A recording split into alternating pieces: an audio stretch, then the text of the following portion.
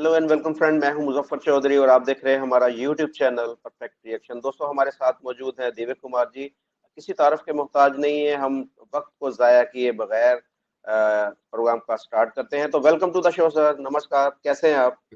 नमस्कार sir, thank you मुझे बुलाने के लिए, शुक्रिया। अच्छा सर, आज हम चाइना की इकोनॉमी के ऊपर बात करने वाले हैं कि चाइना की इकोनॉमी जो है उसके बारे में बहुत सारी खबरें इस तरह की मिल रही हैं कि चाइना जो है वो डाउनफॉल का शिकार हो रहा है। तो बढ़ते पहले सवाल की जानिब, क्या क्या वाकई आप समझते हैं कि चाइना की जो इकोनॉमी है इस वक्त डाउनफॉल का शिकार है?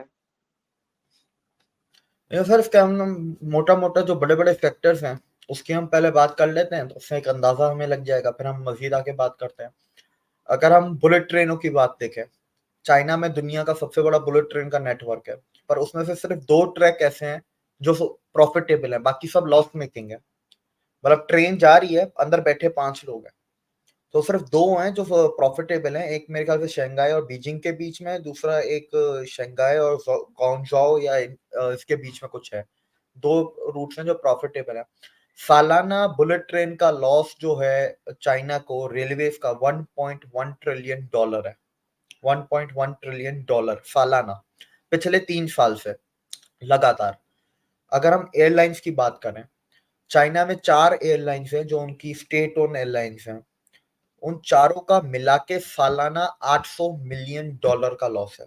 $800 मिलियन चारों का मिला के पिछले 3 साल से, जब से मतलब ये कोविड खत्म हुआ है तब से लेके अब तक, मतलब ये कोविड का जो लास्ट 3 इयर्स लगातार। और कोई आसार नजर नहीं आ रहे कि कम होता हुआ ना, कि 800 से कम हो।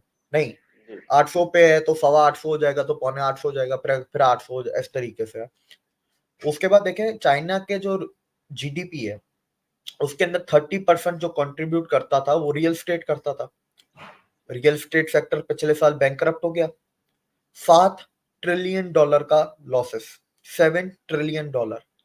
अब देखें ना, जी जो सबसे बड़ा हिस्सा अगर किसी भी मुल्क की जीडीपी का अगर वही लॉस हो जाए, बैंकरप्ट हो जाए, करप्ट हो जाए, डूब जाए, तो आप उसके मुल्क की क्या अंदाजा लगा सकते हैं। 30% भी अगर आप फॉर एग्जाम्पल लगा लेते हैं, 18 ट्रिलियन है चाइना की जीडीपी, तो 18 के हिसाब से 30% लगाएं तो 3.5 4 ट्रिलियन सालाना हो गया आपका जीडीपी का हिस्सा।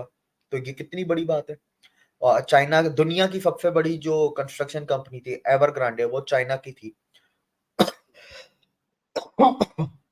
उसने भी 5 दिन पहले बैंक्रप्सी फाइल की है। उसके 45 लाख मुलाजिम थे उस एक कंपनी के। वो मुलाजिम गए, प्रॉपर्टियां गई, उसके अलावा आपके ये कंपनी का गया, जो कंपनी के ऊपर $300 बिलियन के कर्जे ये थे वो अलग गए, डूब गए। उसके अलावा पूरा सेक्टर अलग डूबा है। ये नहीं है कि सिर्फ एक एवरग्रांडे डूबी है, एवरग्रांडे सबसे बड़ी है, तो मीडिया में नाम आता है एवरग्रांडे डूब गया, एवरग्रांडे। एवरग्रांडे जैसी और भी हैं जो डूब चुकी हैं पहले। इसके बाद अगर हम आते हैं, अभी एक वीडियो आई है, 3 4 दिन पहले आई थी, कि हफ्ता या 10 दिन हो चुके हैं चाइना में।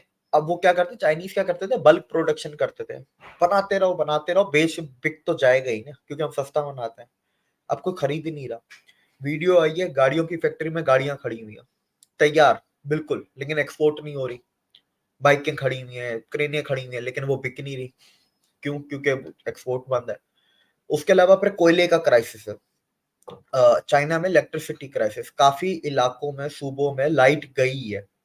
चाइना की लोड शेडिंग शुरू हो गई है, क्योंकि उनका कोयले का मसला, कोयला वहां पर जो है वो स्टेट ओन नहीं है, वो सीसीपी कंट्रोल करता है। तो जो सीसीपी के जो वहां पर दलाल हैं वो अपने हिसाब से, अब बिजली का जो रेट है वो सीसीपी तय करता है, पर कोयले का रेट उनके दलाल तय करते हैं।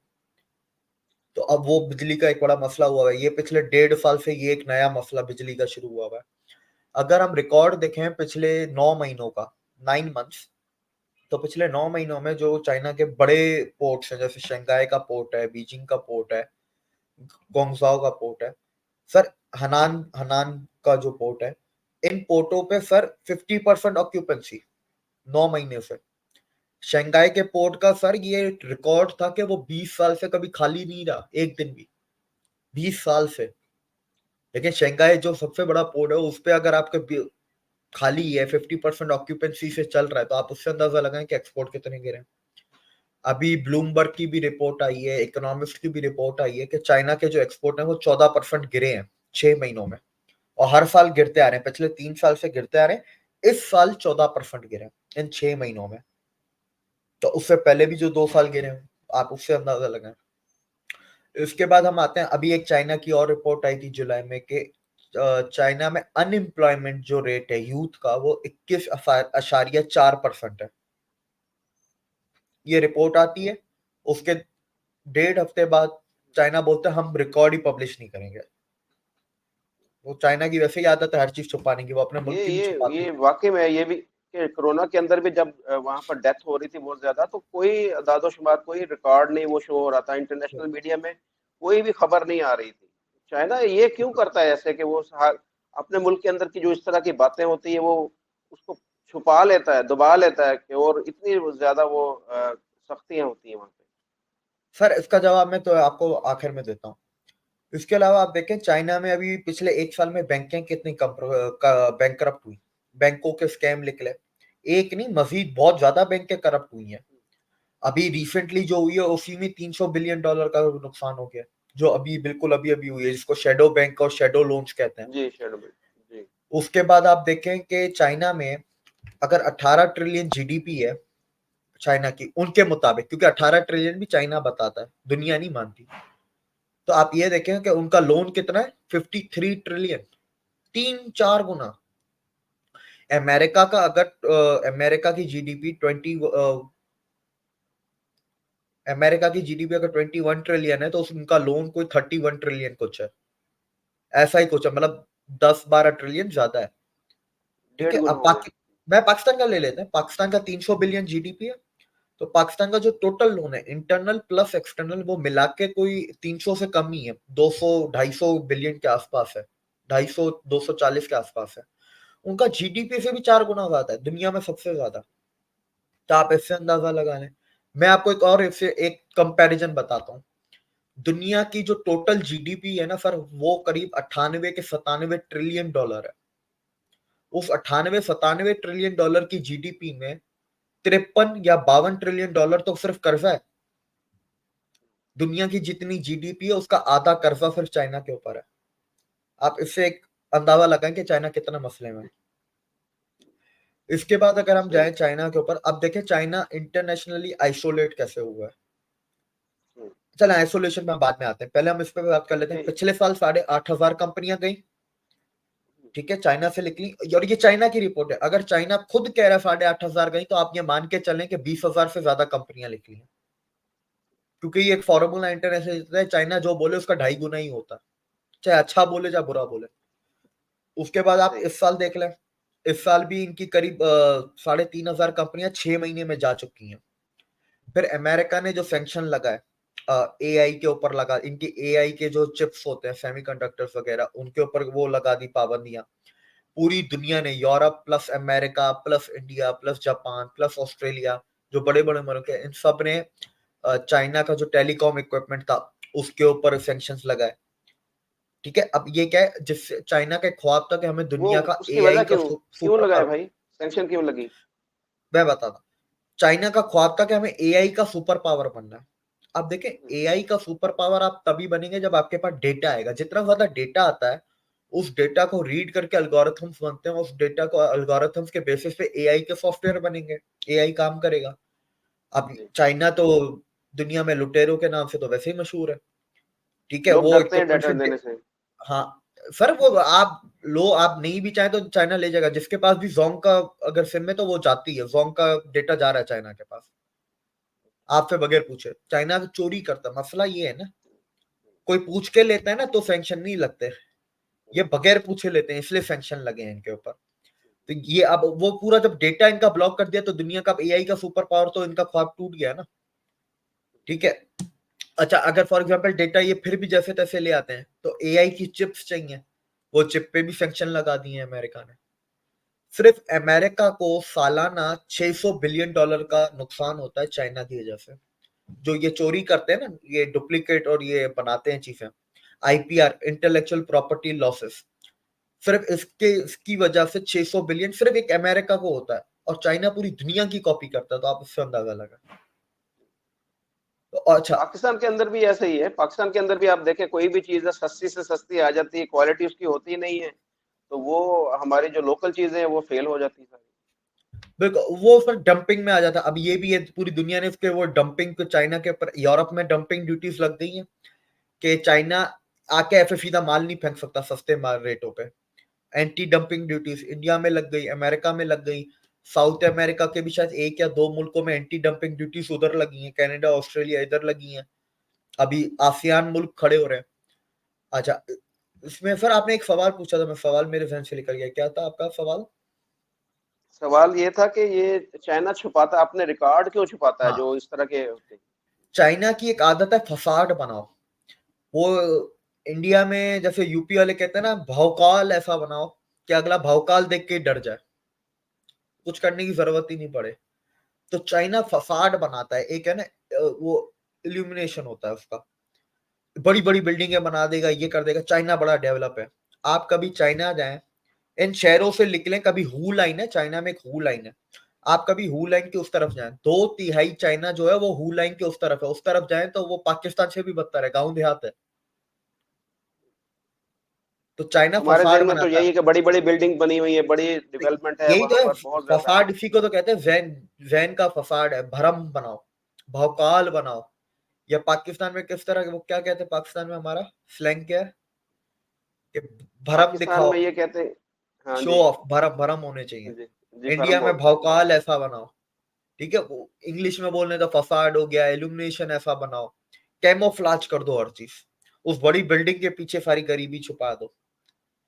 तो वो उनका इस तरीके से छुपाते इसीलिए, जिस दिन अगर दुनिया नहीं मानती कि इनका 18 ट्रिलियन डॉलर जीडीपी है, लेकिन ये कहते हैं, अब अपना डेटा भी नहीं देते तो दुनिया मजबूर है मानने को, वैसे नहीं मानती, कोई भी दिल से नहीं मानता।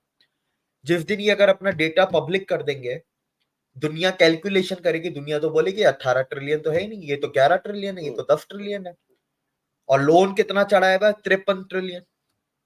तो दुनिया तो फिर होगी ना पीछे, वो चाइना तो डूबेगा, जी। और चाइना समेत कुछ और मुल्क भी डूबेंगे यूरोप के।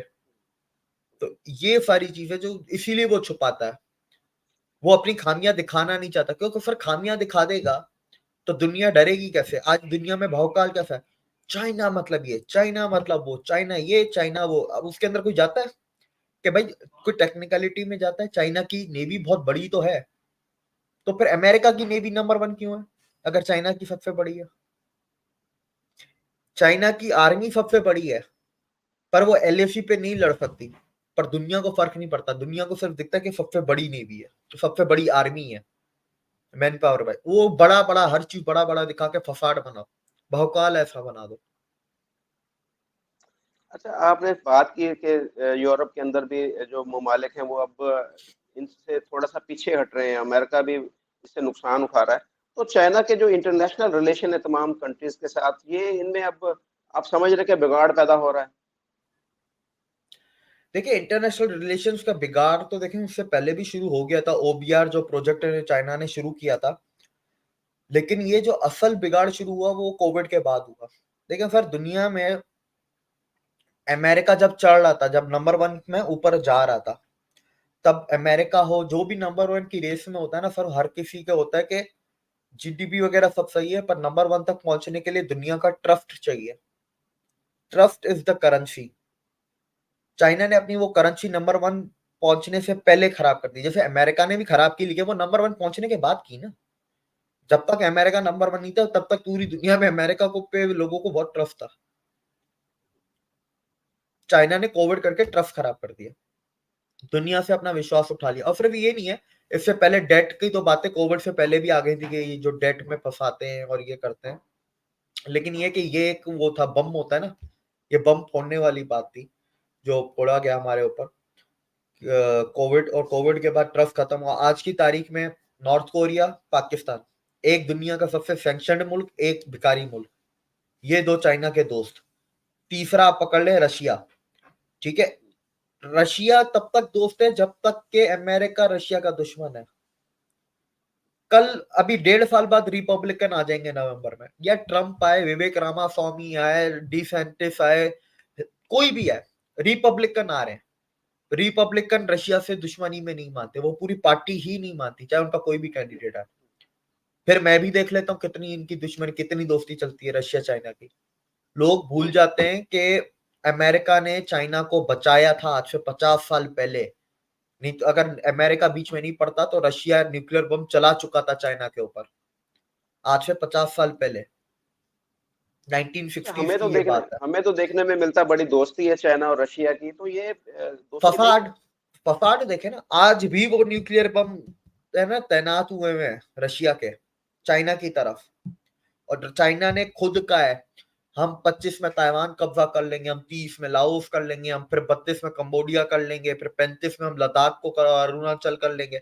आखिर में बोलते हैं सबसे आखिर में जब 2045 आएगा फिर हम रशिया को कब्जा करेंगे। ये चाइना ओपनली बोल चुका है। और रशिया की जमीन पे आज भी चाइना बोलता है। रशिया और चाइना के बॉर्डर टेंशन है, आप कभी लिखें रशिया चाइना बॉर्डर डिस्प्यूट, उसमें चाइना रशिया की जमीन को भी क्लेम करता है। ये फसाड दुनिया का देखते हैं ना आप। मैं आपको भरोसे के दो एक और एग्जांपल देता हूँ। आर्टिक सर्कल में अगर इतनी दोस्ती है, आर्टिक सर्कल में रशिया का इंडिया पार्टनर क्यों है, चाइना क्यों नहीं है? रशिया की जो रॉसकॉस्मोस स्पेस एजेंसी है उसके अंदर इसरो पार्टनरशिप क्यों कर रहा है मार्स प्रोजेक्ट के ऊपर, जो आज से इनका कोई 7-8 साल बाद है, उसमें चाइना की स्पेस एजेंसी क्यों नहीं पार्टनर है?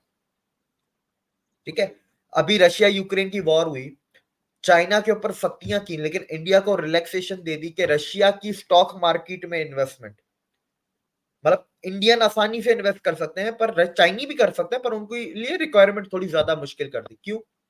ये कैसी दोस्ती है? They are timely friends. India and Russia time tested partners.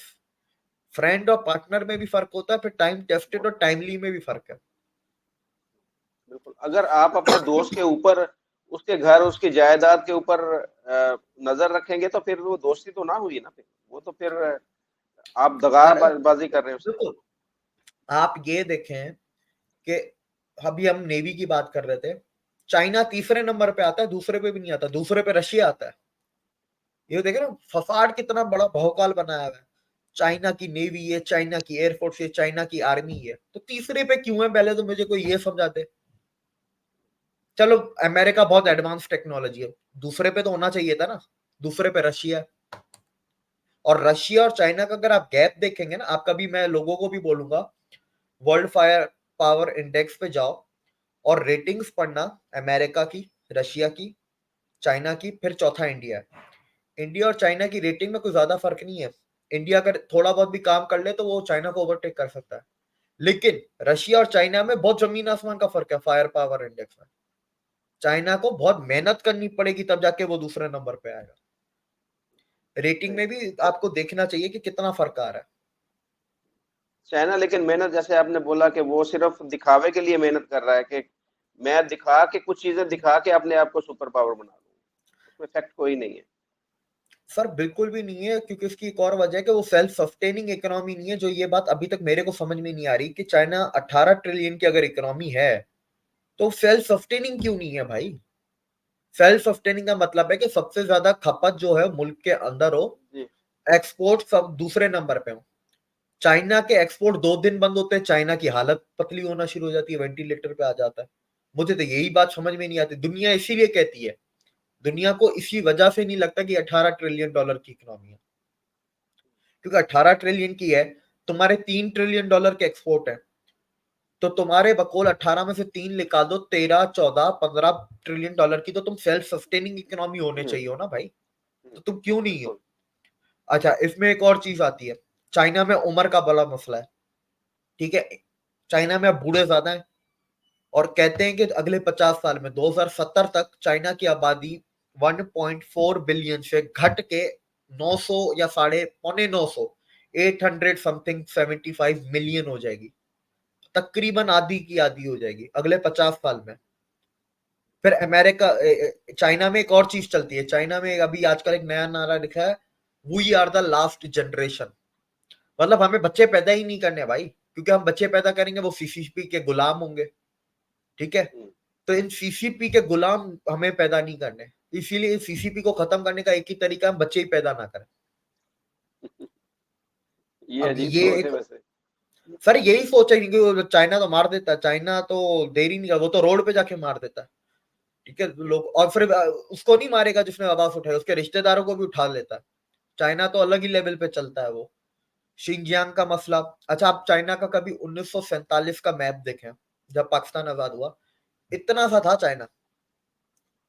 वो पहले इनर मंगोलिया कब्जाया, फिर तिब्बत कब्जाया, तिब्बत के बाद शिनजियांग कब्जाया, ये कब्जाते कब्जाते इतना हो गया। तो कब्जा, ये कब्जा ग्रुप है। आप ये देखें, चाइना के बॉर्डर 14 मुल्कों से मिलते हैं, उसके बॉर्डर डिस्प्यूट 22 मुल्कों के साथ है। एक अच्छा, मुल्क छोड़ जिनके के साथ अगले मुल्क बॉर्डर के नहीं साथ भी भी मिलता। मसला है। वाह। वो अमेरिका के नेशनल सिक्योरिटी एडवाइजर थे ट्रम्प के टाइम पे, उनकी स्टेटमेंट थी, it doesn't matter that you share a border with China और not, every nation on this planet is a front line enemy for China. ये उनकी स्टेटमेंट थी बाकायदा नेशनल सही, सिक्योरिटी बिल्कुल सही एडवाइजर बोला की। उन्होंने। तो आप इससे अंदाजा लगाएं। तो ये बेड़ा गर्क हुआ हुआ है चाइना का। इसके अलावा देखें, अब इसमें बहुत सी चीजें, हम पानी पे आ जाते हैं। चाइना जी, में पानी मैं की वही कमी है। उसी तरफ आ रहा, पानी का क्या मसला चाइना का? चाइना का सर पानी का मसला है, चाइना में पीने का पानी, नदियों का पानी खत्म हो रहा है, और उनकी वाटर मैनेजमेंट पे कभी उन्होंने इतने तरीके से ध्यान नहीं दिया। मतलब वही ना, फसाड प्रोजेक्ट किए हैं पानी के, लेकिन वो तरीके से नहीं किए ना, दुनिया को दिखाना है, बड़ा बड़ा करना है सब। अरे बस तू बड़ा नहीं कर, तू छोटा कर, पर ढंग का करना भाई। वो बड़ा बड़ा करके क्या किया है, पीने का पानी जो अवेलेबल था उसको भी गंदा कर दिया। और वो इतना गंदा कर दिया है कि वो पीने को तो छोड़े, वो एग्रीकल्चर को भी छोड़े, वो इंडस्ट्री में भी यूज नहीं हो सकता। ज्यादातर मुल्कों में, दुनिया में क्या होता है कि पानी इंडस्ट्री यूज करती है, इंडस्ट्री से जी। निकलने के बाद उस पानी को साफ किया जाता है और फिर नदी में छोड़ा जाएगा या समंदर में।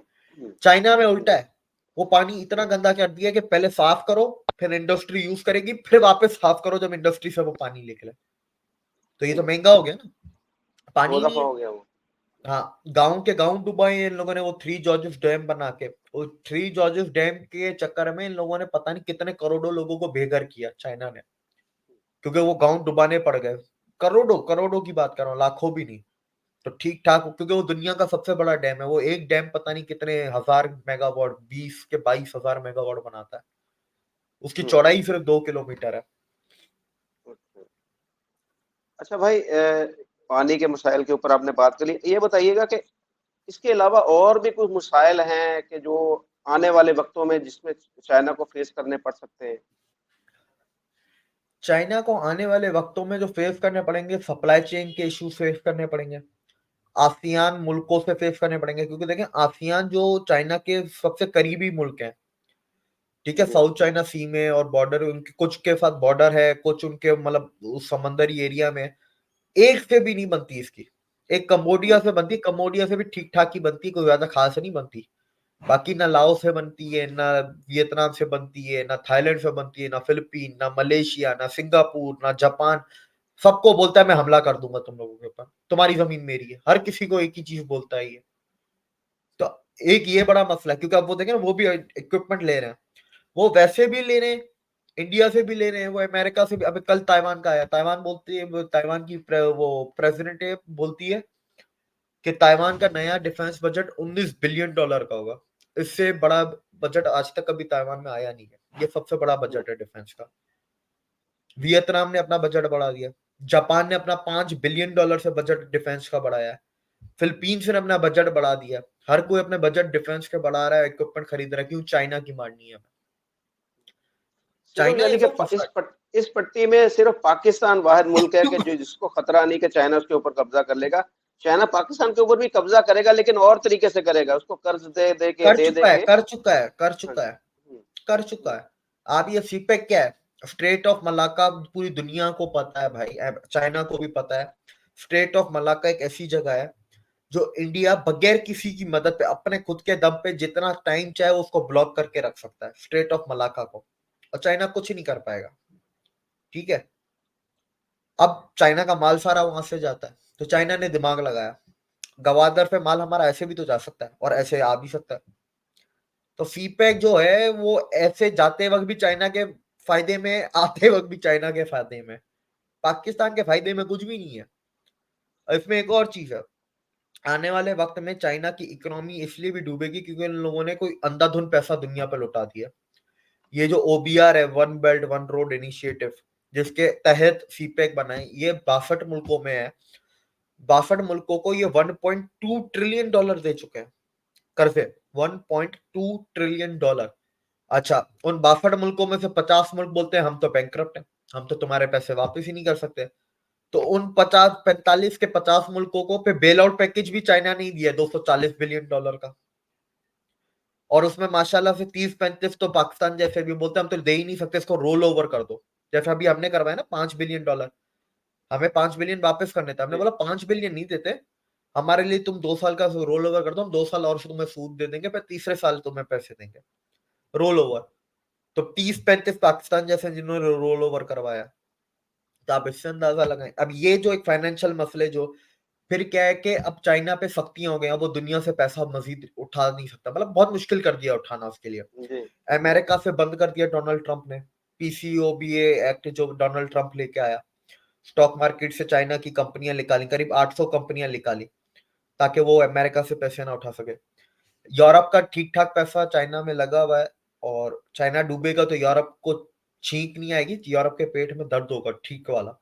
पर ये कि अब यूरोप मजीद नहीं दे रहा, मजीद उन्होंने सख्तियां कर दी हैं यूरोप ने, और वो मांग रहा है अपने पुराने लोन फटाफट, ये चीज कर दी है। फिर आप देखें ना जो कंपनियां निकल रही हैं, एक तो पहले ही अनएम्प्लॉयमेंट है यार। अनएम्प्लॉयमेंट क्यों है? क्योंकि चाइना में बिजनेस नहीं है ना, यूथ की अनएम्प्लॉयमेंट है, उसका जो रेट है ना, अब ये देखें, वो ओवरऑल अनएम्प्लॉयमेंट नहीं है, यूथ में जवान लोगों की अनएम्प्लॉयमेंट 21.4 है। या जवान लोगों के पास नौकरियां नहीं है, तो आप खुद समझे ना इकोनॉमी की क्या हालात हो गए। अच्छा, अच्छा शिंजियांग, अच्छा एक और आखिरी चीज बता दूं, शिंजियांग में लोग खड़े हो गए, बोलते हैं हमें अलग होना है, ठीक है। आपके इनर मंगोलिया में लोग खड़े हो गए, और आपके तिब्बत में तो वैसे ही वो उधर चलता रहता है, कभी इधर होते हैं कभी उधर होते हैं, पर तिब्बत में भी लोग खुश नहीं है, तिब्बत वाले भी चाहते हैं कि हम चाइना से अलग हो जाएं। अब अगर आप ये 3 आजादी की तहरीक चाइना के अंदर चल रही है, ठीक है, जो मीडिया पे जाहिर सी बातें नहीं आएंगी, चाइना कुछ आने ही नहीं देता जी बाहर, ठीक है, लेकिन आपको मिल जाएंगी, फिर भी आप ट्विटर विटर पे देखेंगे आपको वीडियो मिल जाएंगी लेटेस्ट।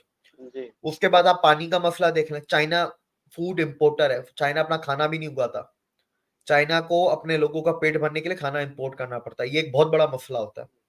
पानी का मसला, ये मसला, कंपनियां निकल रही हैं, अनएम्प्लॉयमेंट है, फिर जो बच्चे कुचे हैं वो बूढ़े हो गए हैं, और मजीद आगे बूढ़े होते जाएंगे, आबादी इनकी कम होती जाएगी। इंटरनेशनल आइसोलेशन को आप ले लें, इंटरनेशनल आइसोलेशन इनकी चल रही है। इनके फाइनेंशियल मसले देख लें, जो loan debt to GDP ratio इनका कोई 320% या पता नहीं कितना 290% है, वो आप देख लें। पाकिस्तान का 100 से ऊपर नहीं है, पाकिस्तान का भी कुछ 80% है, आप इससे अंदाजा लगा लें। पाकिस्तान का 80% है तो हमारी ये हालत है, तो चाइना का 320 है। वो जैसे वो क्यों छुपा लेता है ना, मैं कहता हूँ कल पाकिस्तान छुपा ले, पाकिस्तान भी अपने हालात बेहतर कर सकता है छुपा के। वो होता है वक्ती तौर पे, चाइना ने वक्ती अपना अच्छे किए हुए हालात, एक ना एक दिन तो फटेगा ना गुब्बारा, और जिस दिन गुब्बारा फटेगा तो वो फिर पूरी दुनिया उस चपेट में आएगी। तो अभी सही। ये सारी चीजें हैं जी।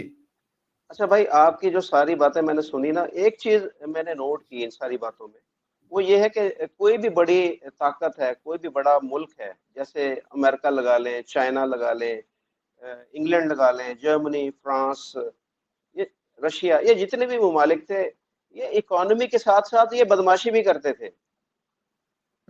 अब अब मैं यहाँ पर ये देख रहा हूँ कि जितने भी इस तरह के ममालिक थे कि जो दूसरों के ऊपर धौंस जमाते थे, दूसरे मुल्कों के ऊपर कब्जा करते थे या सारा कुछ करते थे, उनको एक ना एक दिन जो है वहां से निकलना भी पड़ा, और अपनी इकोनॉमी भी उनकी तबाह हुई। तो मैं यहाँ पर इनके कंपैरिजन में जब इंडिया को देखता हूँ, तो इंडिया सिर्फ इकोनॉमी है, वहां पर कोई बदमाशी नहीं है।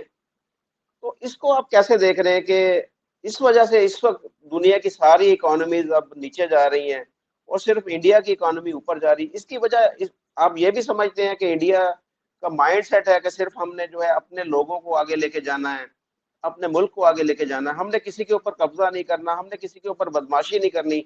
ये चीज भी है इसमें, फैक्टर है इसका भी?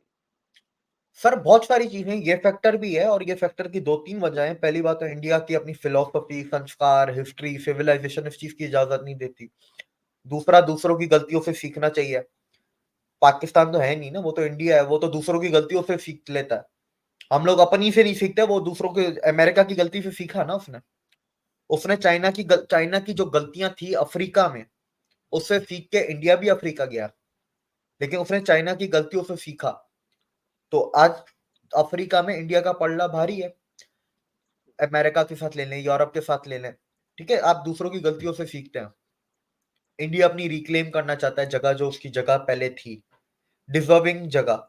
दूसरा, इंडिया का एक सिंपल सा है कि यार सुपर पावर तो बनते रहेंगे, बनेंगे भी, कभी 1 पे होंगे, कभी 2 पे होंगे, ये तो एक रेस है, चलती रहती है। पर हमें विश्व गुरु बनना है, एक ऐसी कंट्री जो एक रोल मॉडल हो बाकी दुनिया के हर एक मुल्क के लिए, कि मुल्क हो तो ऐसे चलने चाहिए, आवाम की भलाई हो करनी है तो ऐसे करनी चाहिए। फॉर एग्जाम्पल जापान, आपको पता है पिछले 70 साल में जापान दुनिया के लिए एक रोल मॉडल रहा है।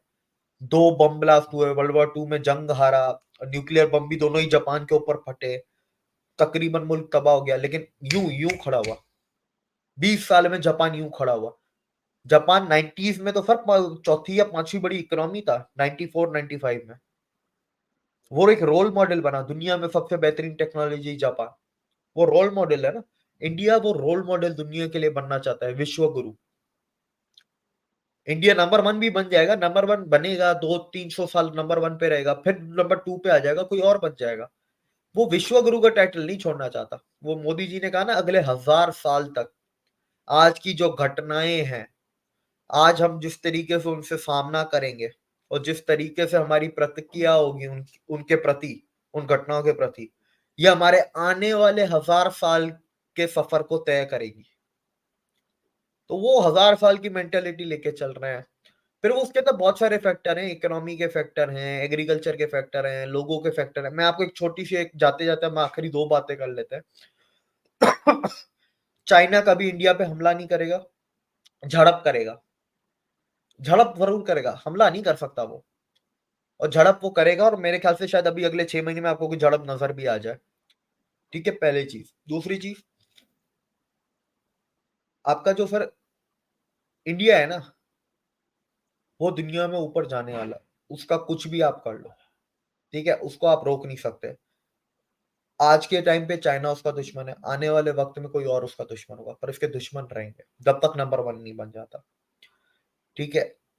और जब मैं लास्ट टाइम भी, जो एक बंदे ने कहा कि हमें 2035 तक एग्री नहीं होता, हमने जितनी इकोनॉमी की बातें की ना, उसको तुम साइड पे रख दो, और उसके बाद जब मैंने इंटरनेशनल रिलेशन की बातें की हैं, उनके अंदर सोसाइटी का जो खोखलापन है, 3 आजादी की तहरीकें हैं, ठीक है, इंटर पानी का मसला, खाने का मसला, इन चीजों को पकड़ो, इसके बाद भी तुम्हें लगता है इकोनॉमी तो सुधर जाती है सर, इकोनॉमी का इशू नहीं है, इकोनॉमी 10-15 साल लगाएंगे फिर सुधर जाएगी, ट्रैक पे आ जाएगी। लेकिन ये जो मसले हैं ना, ये मसले 10-15 साल में तय नहीं होते, ये 50-60-70 साल लग जाते हैं इनको सीधा करते करते। और ये जो चाइना ने ये जो मुंह काले किए हुए हैं जो बाकी मसलों में, जो को जियो पॉलिटिक्स से रिलेटेड है, इसीलिए मैं कहता हूं कि 35 तक मैक्सिमम। इकोनॉमी को बोलूंगा तो इकोनॉमी तो मैं भी 50-60 ही बोलूंगा, मैं भी वो, लेकिन मैं प्योरली इकोनॉमी को नहीं देख रहा, मैं इकोनॉमी प्लस जियो पॉलिटिक्स देख रहा हूँ, तो 35।